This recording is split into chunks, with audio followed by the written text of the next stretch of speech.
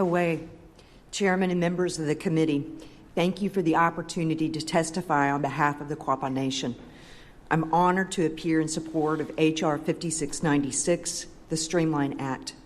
50 years ago, President Nixon urged Congress to end the paternalism that shaped federal-tribal relations.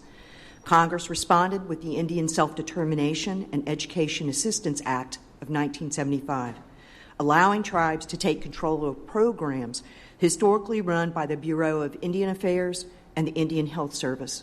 That vote of trust fundamentally reshaped the federal-tribal relationship. Today, the Quapaw Nation exercises self-governance over 21 BIA functions, virtually every program for which we are eligible. For us, self-governance is economic development. Every contract, audit, and report builds technical skills among our citizens, and every program we operate becomes an expression of sovereignty. As I previously shared with this committee, when we entered self-governance, we stopped being dependent upon the federal government and instead became a partner to the United States. Our mindset changed from what will Washington do for us next to what can we do to help our people next? That shift underlies our success in commercial enterprises, environmental cleanup capacity, and our growing professional workforce. Yet that original vision remains unfinished. Federal bottlenecks still slow tribal progress. For the Quapaw Nation, land and natural resource transactions remain a major obstacle. Even when tribes compact realty and land management programs under Title IV of ISDEA, the Department of Interior still requires many transactions to secure an appraisal approved by the Appraisal and Valuation Services Office, the AVSO. That means a tribe cannot complete an independent valuation of its own reservation land without either a BIA appraisal or a BIA-approved third-party appraiser. In eastern Oklahoma, where only one BIA-approved appraiser is available, our projects have sat idle for months awaiting an analysis we could have completed in 24 hours.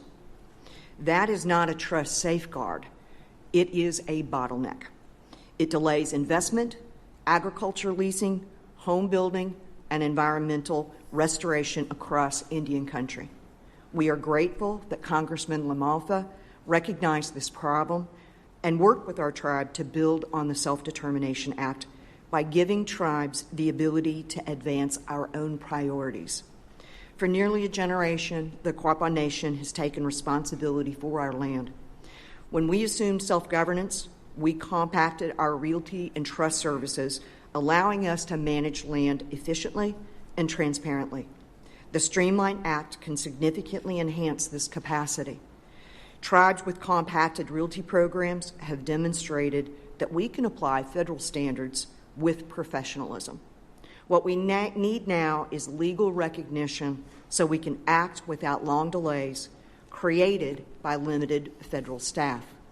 H.R. 5696 confirms what experience shows. When tribes manage their own realty functions, the United States fulfills its trust responsibility more effectively. The bill directs the Secretary to accept a tribal valuation conducted under uniform standards of professional appraisal practice or equivalent standards in place of a federal appraisal when a tribe has shown capacity. For the Quapaw Nation, time is opportunity. Every delay in a lease, a right-of-way, or exchange represents lost revenue, a missed construction season, or an investor who simply moves on. By trusting tribes to perform their own valuations, Congress will shorten project timelines, reduce AVSO's workload, and encourage more tribes to compact realty functions. These reforms require no new bureaucracy and will accelerate economic activity in Indian country. Thank you again for the opportunity to testify.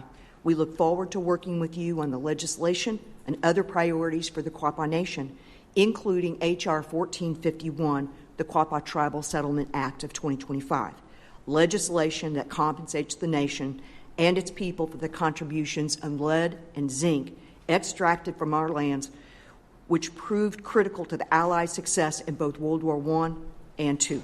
However, the extraction of these minerals in our commitment to restore and reclaim these areas, and we urge the United States government to fulfill its obligations to support this long overdue cleanup effort with the passage of H.R.